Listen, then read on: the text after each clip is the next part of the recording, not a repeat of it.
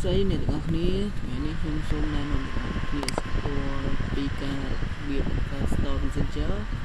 ដើម្បី insert ទិន្នន័យទៅក្នុង table កាលពីវីដេអូរបស់ខ្ញុំពីមុនខ្ញុំបានបង្ហាញពី Store Messenger នៅលើ IPL server ដើម្បី select ទិន្នន័យហើយក្នុងវីដេអូនេះខ្ញុំណែនាំអ្នកគ្នាស្គាល់ពីរបៀបនៃការបង្កើត Store Messenger សម្រាប់insert ទិន្នន័យចូលនៅក្នុង tableអូខេឥឡូវខ្ញុំសូមបង្ហាញនៅក្នុង table database របស់ខ្ញុំគឺថា student evening weekend evening sorry student weekend evening អញ្ចឹងខ្ញុំបង្ហាញនៅក្នុងពីរបៀបក្នុងការបង្កើត Store Messenger អូខេតែមុននឹងបង្ហាញថា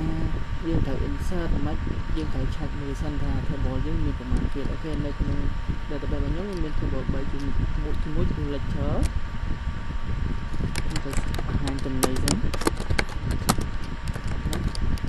ទនៅក្នុង lecture នេះខ្ញុំ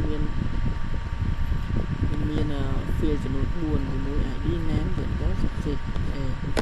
ហើយមាន primary និង rank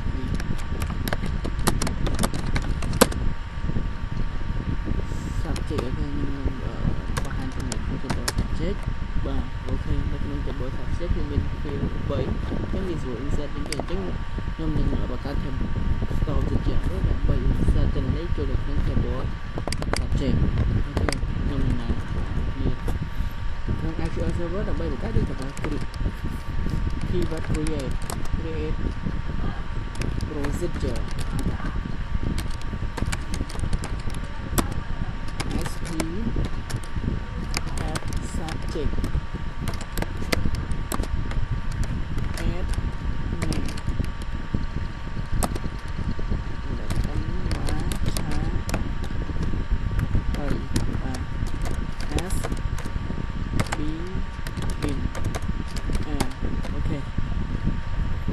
ស្រួលវាងាយងាយអ្នកទាំងគ្នាអាចមើលបានស្រួលមែនតើនេះខ្ញុំណែនាំឲ្យស្គាល់អូខេក្នុង field នេះយើងមាន ID នេះជាវាគេហៅថា ID នៃសម្គាល់របស់វាយើងអាចចាំបាច់បង្កើតដោយសារយើងយក auto increment អញ្ចឹងយើងអាចចាំបាច់ត្រូវការ add ទៅនៃចូលទេហើយនៅក្នុងនេះ name យើងអាចនិយាយបានថាយើងត្រូវតែ add វាចូលអញ្ចឹង user ត្រូវតែ add ចូលអញ្ចឹងយើងត្រូវតែបំពេញវាដោយយើងត្រូវការតាមនេះហើយនៅក្នុងវាមួយទៀតគឺ input date អញ្ចឹង input date យើងអាចត្រូវឲ្យគេបង្កើតគេវាយចូលទេព្រោះគេអាចកែបានអញ្ចឹងយើងត្រូវចាប់ធ្វើមកយើងសេរីនោះឲ្យវាចាប់ automatic ដែរមិនបាច់ឲ្យ user បញ្ចូលអញ្ចឹងខ្ញុំនឹងណែនាំអ្នកគ្នានាំអ្នកគ្នាស្គាល់ពីការរបៀបកុំឲ្យ user ក៏បញ្ចូលវាយើងចាប់វា automatic នៅក្នុង SQL server អូខេអញ្ចឹងខ្ញុំនឹងអាចនិយាយថាinsert into table name subject okay value mình add name okay nhé tại một chiếc nhưng hồi vì được những bắt gặp đến dương input date chối còn bao user và cái dương trong chặt tha gột cho ngày nào mong man ngày nào khá nét sẵn nè ok chắc nhóm vào khi vẫn function lúc thành get date và get dateនេះគឺជា function ដែលទាញយក current date ឧទាហរណ៍នៅក្នុងនេះរបស់យើងថ្ងៃទី14ខែ11 2015នៅម៉ោងប្រហែលម៉ោង 8:35 នាទីអញ្ចឹងទៅណានេះអញ្ចឹងដល់បើសិនជាយើង insert ចូលវានឹងចាប់យកថ្ងៃ 2015 ខែ 11 ខែ 19 ម៉ោង 20:35 អញ្ចឹងទៅអូខេអញ្ចឹងមាននេះបង្កើតងាយស្រួលអញ្ចឹងខ្ញុំសូម execute ដើម្បីបង្កើតវាបាទថាម៉េចនេះ error it must be the first step អូបាទ it វាអាចនៅជាន់គ្នាបានទេអ្នកទាំងគ្នាចាំមកកន្លែងហ្នឹងបាទដោយសារយើងមាន select ពីខាងលើគឺថាមានន័យថា keyword គឺ it ហ្នឹងវាត្រូវតែនៅលើគេអត់មានឲ្យគេនៅលើវាបានទេអញ្ចឹងយើងត្រូវសុំ execute ដល់ទៀតអូខេ comment complete successful អូខេនេះមានន័យថាយើងបង្កើតបានហើយបាទហើយខ្ញុំសូមដើម្បីពេលយើងបង្កើតបានយើងត្រូវការប្រើវាអូខេអញ្ចឹងខ្ញុំនឹងបង្ហាញពីរបៀបប្រើវាអញ្ចឹងដើម្បីប្រើវាបានខ្ញុំត្រូវហៅថាវាយើងគាត់ keyword execute បាទ execute sp add subject បាទយើងត្រូវ add subject អានេះគឺជា parameter ដែលឈ្មោះ subject ដែលយើងត្រូវដាក់អូខេដោយសារ environment យើងត្រូវ single quote ហើយគឺ server ប្រើ double quote បានខ្ញុំឥឡូវខ្ញុំឆែកមើលក្នុង subject ខ្ញុំមាន subject ប៉ុន្មានគេវាមាន4ហើយមាន ពី Java អញ្ចឹងអូខេអញ្ចឹងខ្ញុំដាក់ថា law administrator អូខេអញ្ចឹងនេះ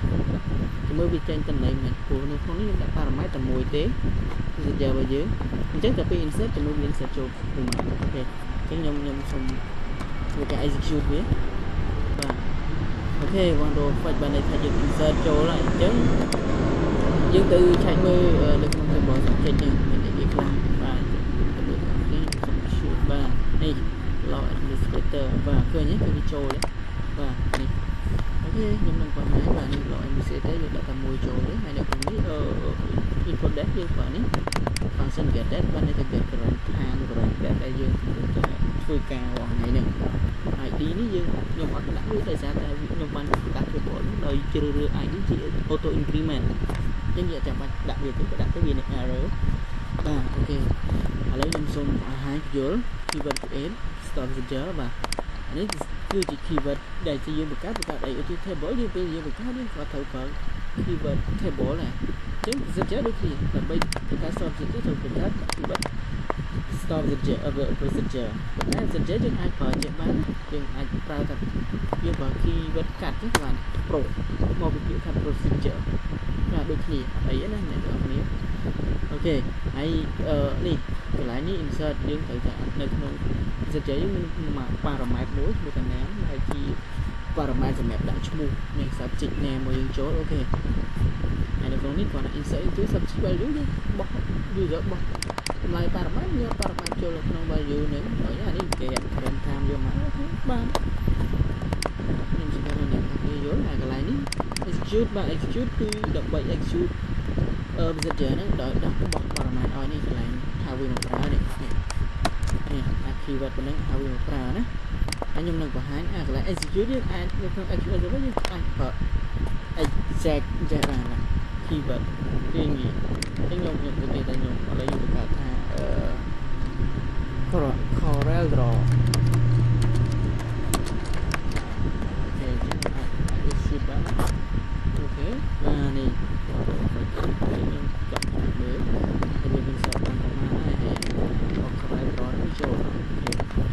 បាទនេះ Corel Draw ចូលឃើញទេឃើញទេពីការកើតវាប្រើវាបាទហើយខ្ញុំនៅកន្លែងនេះខ្ញុំអាចប្រើ keyword មួយទៀតបាទនៅកន្លែងបង្កើតនេះបើសិនជា user SP add subject របស់យើងវាមានហើយអញ្ចឹងបើសិនជាយើងប្រើទៀតឧទាហរណ៍ថាខ្ញុំចង់បង្កើតវាម្ដងទៀតឬក៏កែប្រែត្រង់ណាមួយបើសិនជាខ្ញុំប្រើតែប៉ុណ្ណឹងវានឹង error នេះវានឹងចេញ error there is already object name SP in database វាមានហើយអញ្ចឹងដើម្បីកែវាខ្ញុំប្រើ keyword មួយថា alter បាទអញ្ចឹងពេល alter ទៅវាកែបាទអញ្ចឹងវាជួយបាទ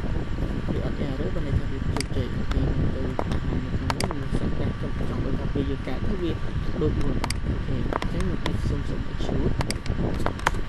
បាទ Corel Draw ហើយនេះខ្ញុំដាក់ Photoshop បាទជានេះបាទអូខេ execute បាទនេះបងបាច់ទៅបង្ហាញបាទនេះ execute ដាក់នេះ Photoshop ចូលអូខេបាទគុណច្រើនសម្រាប់ព័ត៌មានសម្រាប់ការទស្សនាវីដេអូទាំងអស់គ្នាបាទសូម like និង subscribe ដើម្បីទទួលបានព័ត៌មានវីដេអូថ្មីៗបន្ថែមទៀត